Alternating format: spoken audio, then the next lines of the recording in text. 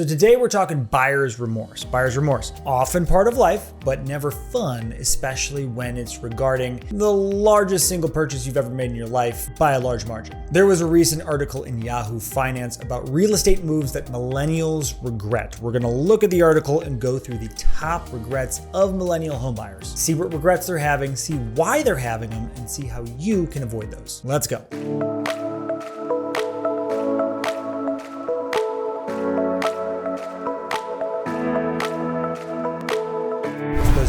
Sam Newman, Denver Realtor. I would love to be your go-to real estate resource in the Denver area. Hit me up with any questions. I'm here for you. Okay, so this article starts out by making a pretty bold claim. It says, according to Real Estate Witch's Millennial Homebuyers Report, Real Estate Witch, new one for me, but 82% of the millennial homebuyers surveyed experienced some sort of remorse. Super high number. If you think about it, it makes sense. If the question is, hey, did you experience some sort of remorse in this very stressful process that was a huge life decision? Most of us will say, yeah, there was some remorse in there whatsoever, but still 82%, that's a pretty big number, and that's a lot of people that are having regrets. Okay, so the number one regret is waiting to buy. More than 80% of the people surveyed said they wished they wouldn't have waited to buy till after interest rates went up. Most of us told you to buy when rates are low, nobody listened. Water under the bridge at this point. The truth is, because of the way home prices have appreciated, plus the way interest rates have shot up the last 12 months, there's a real affordability issue for many first-time homebuyers. Right now, the millennial generation makes up the majority of first-time homebuyers. That's why this article is really looking at millennials. But interesting in this article, this Massachusetts-based realtor that's quoted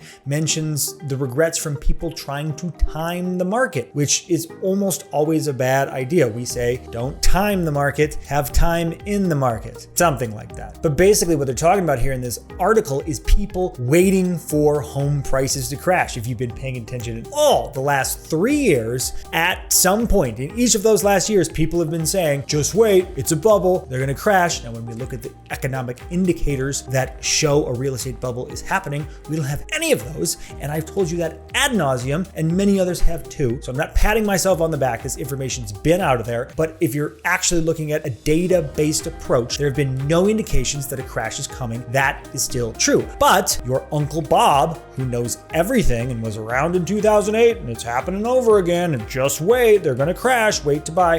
People like to talk. And a lot of the time, it's the people who have the least information that are the loudest. And lo and behold, there has not been a real estate crash. So that's a big regret for people. Oh, I'm gonna wait for prices to come down. They didn't come down, and now interest rates are higher, and that monthly payment is $900 more than it would have been 2 years ago. How do we get around this? Just buy when you're ready to buy and tune out the noise. I joked about it back there, but it really is not timing the market, time in the market. Honestly, if you look at real estate as a long-term investment, you're always gonna win, always over the long term. And so if you're ready to buy, it's time to buy. Don't buy if you can't afford it. But if you rent forever, you're just subject to the whims of landlords and what rents are going to do. You can't control that either, and you're not building your own equity. Enough. The number two regret of millennial home buyers is having a high mortgage rate. Yes, this goes in lockstep with the last one, and having a high rate isn't fun. I do want to pull this up right now from Fred, who is the economic research engine out of St. Louis. This just shows historic mortgage rates starting in 1971 here and coming up to today here.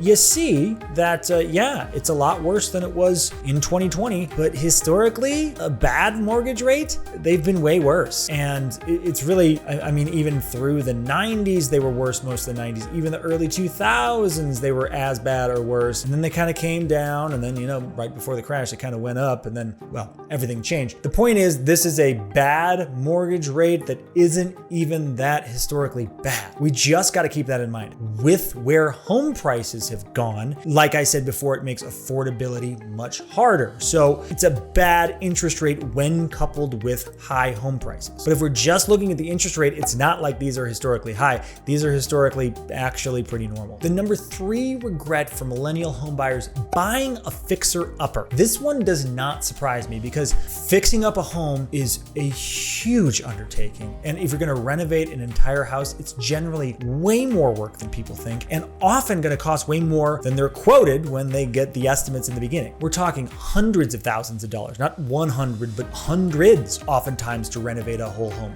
We're talking dealing with contractors and subcontractors and their schedules and things that change and delays and materials. And really, if it's a big enough project, it can very easily take over your life. This after you've just had a fairly stressful experience of buying the home. Hopefully it's not too stressful if you're working with good real estate professionals, but nonetheless, it's a big deal. And now you're going into a renovation. By the way, where are you living when this home's being renovated? Because number one, you're living somewhere else and paying the mortgage on this home, which if you're like most first-time home buyers isn't always an option. Or number two, you're living in the home and you're living in a renovation. And anyone who has done that in the past knows how much that sucks. There are good reasons to buy fixer-uppers. If you are just a super handy person and you like love this stuff, like you get off on it, you're like, I like doing my own work, I like getting my hands dirty, I like living somewhere and making something my own, I like building something of my own, more power to you. That is a great reason to buy a fixer-upper. You gotta be ready for the stress, you gotta be ready for the headaches, you gotta be ready for the skyrocketing costs, but if you're doing a lot of it yourself, that's gonna keep a lot of those costs down. Another good reason is if you find a home that has got the bones and the location that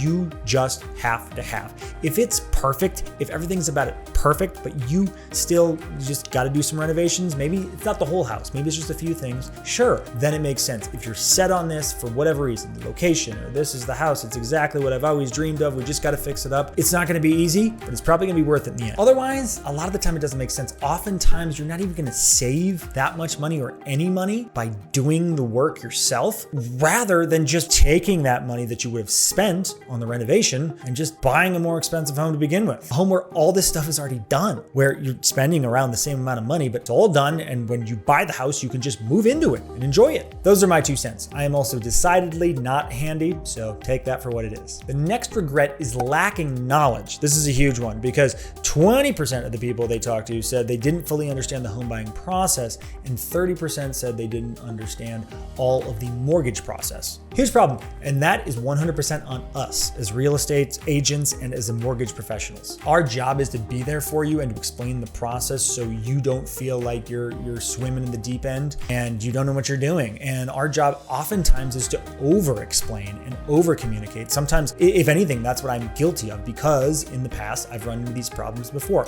Earlier in my career, I assumed people knew things, and now I never assume they know things because I'd much rather tell them something they already know than have some sort of gaps because I just assume they know something. We do this stuff all the time. This is our job, but most people buy a house a few times in their lifetime. So it's really important to work with someone who's going to communicate and make communication priority number one so you don't feel like you don't know what you're doing. I have committed to that, and I believe my clients would agree. Very important to me that you feel comfortable. There is also a hilarious story here in this second paragraph about how somebody who owns a blog, by the way, Yahoo Finance, the sourcing you get for this stuff is pretty great. But they have this little story, this horror story of someone who bought a house in 2017 and sold it in 2021. It was a lemon and property taxes went up, so their monthly payment went up. And it's just kind of funny to me because if they bought in 2017 and sold in 2021, appreciation between those 2 years was like 20% at least. They made a lot of money. So, woe is me for making money on the sale of a real estate transaction. Also, the last sentence here, we are renting now and have decided home ownership is not in the cards for us, maybe ever.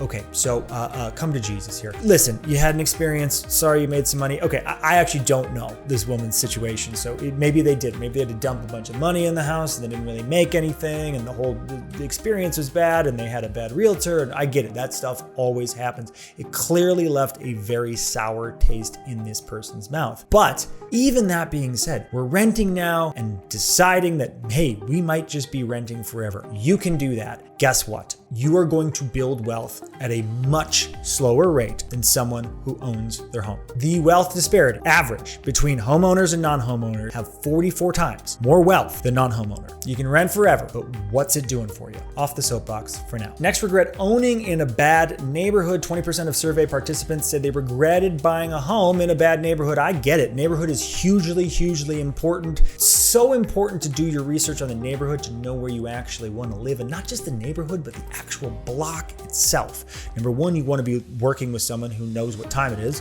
when it comes to blocks and neighborhoods and this stretch and that road and everything like that, and is going to match the neighborhood you end up with what you want. But number two really is on you as the homeowner, because you can get all the information in the world, but you gotta love it. So what I recommend is doing as much neighborhood recon as possible. Once you're interested in a home, figuring out as much as you can about the location of that home. So it's funny because, we do these showings, maybe you're in a house for 30 minutes, maybe even less, and a lot of the time that's all it is before you decide whether or not you want to buy it. But even beyond the showing of actually being in the home, you can spend a lot of your own time driving around. I suggest, if it's near sort of a major street, go and just park near the home during rush hour. See how busy it is, see how loud it is, stuff like that. What do you like to do? You like to walk to shops and restaurants and stuff like that? Seek those out. Be realistic. Oh, okay, that's over there. Am I ever actually going to go there? If I have to get in a car to go somewhere, am I not going to do it? Am I actually going to walk the 0.8 miles to go to this place? Those are the big considerations that are going to make you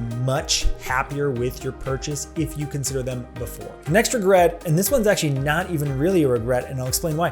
Buying sight unseen. So millennials are more likely to buy a home sight unseen than older generations. It makes sense because video and FaceTime and just all the technology we have now makes it easier. But they say surprisingly, only 8% of those who bought a home sight unseen regretted their purchase. That to me is actually amazing. And as someone who does a lot of virtual showings and has helped numerous people buy homes before they've actually seen them, is really a positive, because you give them as much information as you can, but you can never feel it. You can never be there. You can never do all these things I'm talking about. It's a little different. But the fact that only 8% of people said they regretted it is a huge win. So go do that virtual showing and do all your research and buy the house. Sure, why not? The data support it. What can I say? What can you do to make sure, or do your best to make sure this process is a success? Number one, work with someone who knows what they're doing. That should go without saying, but very, very important that you don't get pushed in the wrong direction. In addition to all these considerations about neighborhood and house and fixer-uppers and all this stuff, this is a very, very large financial and legal transaction.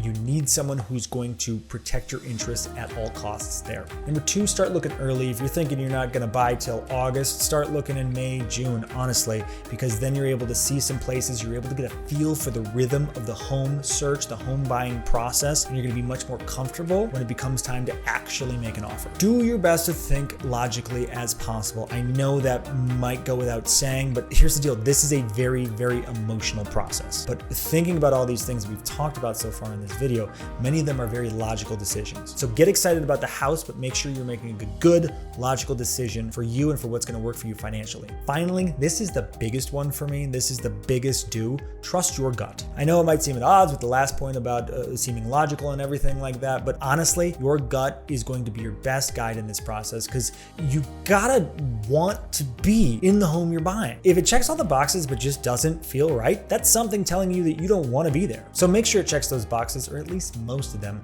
but also make sure it's somewhere you want to be. Make sure it's somewhere that feels good. The neighborhood feels good, the home feels good, everything else like that. Is it gonna feel perfect? Probably not if it's your first home. Even if it's your second home. That's the big kind of secret here. We talk about it, we've got to stop using the term dream home in real estate. It's kind of, it's exploded with the TV shows and the HGTV and dream home this and dream home this. Guys, honestly, there's not too many dream homes. There's hopefully a dream home down at the end of the line when it's your third home or fourth home or something like that. But even people who have large budgets, even people who are buying their second home, their third home or something like that, typically, no matter how much you have to spend, and no matter where you are, there's always going to be something else that you want that you can't quite get. Something that the house checks all these boxes, but not this one. Or, if we could go up a little bit more in our budget, we could get this. It doesn't matter what the budget is, doesn't matter where you're at. It always keeps going up a little bit. There's always greener grass on the other side somewhere. So you're trying to find a house that you really do enjoy, that does meet your needs, and that you feel good about. And don't worry about the dream home on the TV, because that's all fake anyway. You're the best. Thanks for hanging out with me. That's it. Hope I didn't get too soapboxy, but I'll talk to you soon.